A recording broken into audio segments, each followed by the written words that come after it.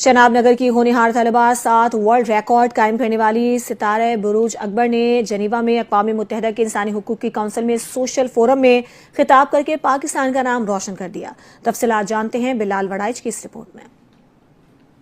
پاکستان شناب نگر کی ہونہار طلبہ 7 world record قائم کرنے والی ستارہ بروج اکبر نے جنیوا میں اقوام متحدہ کی انسانی حقوق کونسل میں سوشل فورم میں خطاب کر کے پاکستان کا نام روشن کر دیا۔ عالمی ریکارڈ یافتہ ستارہ بروج اکبر نے اقوام متحدہ میں راؤنڈ ٹیبل برائے سفارشات انسانی حقوق کے لیے تعلیم کے مستقبل کے سیشن میں شرکت کی، جہاں پر انہوں نے اسکول سے باہر بچوں کو درپیش مشکلات پر روشنی ڈالی۔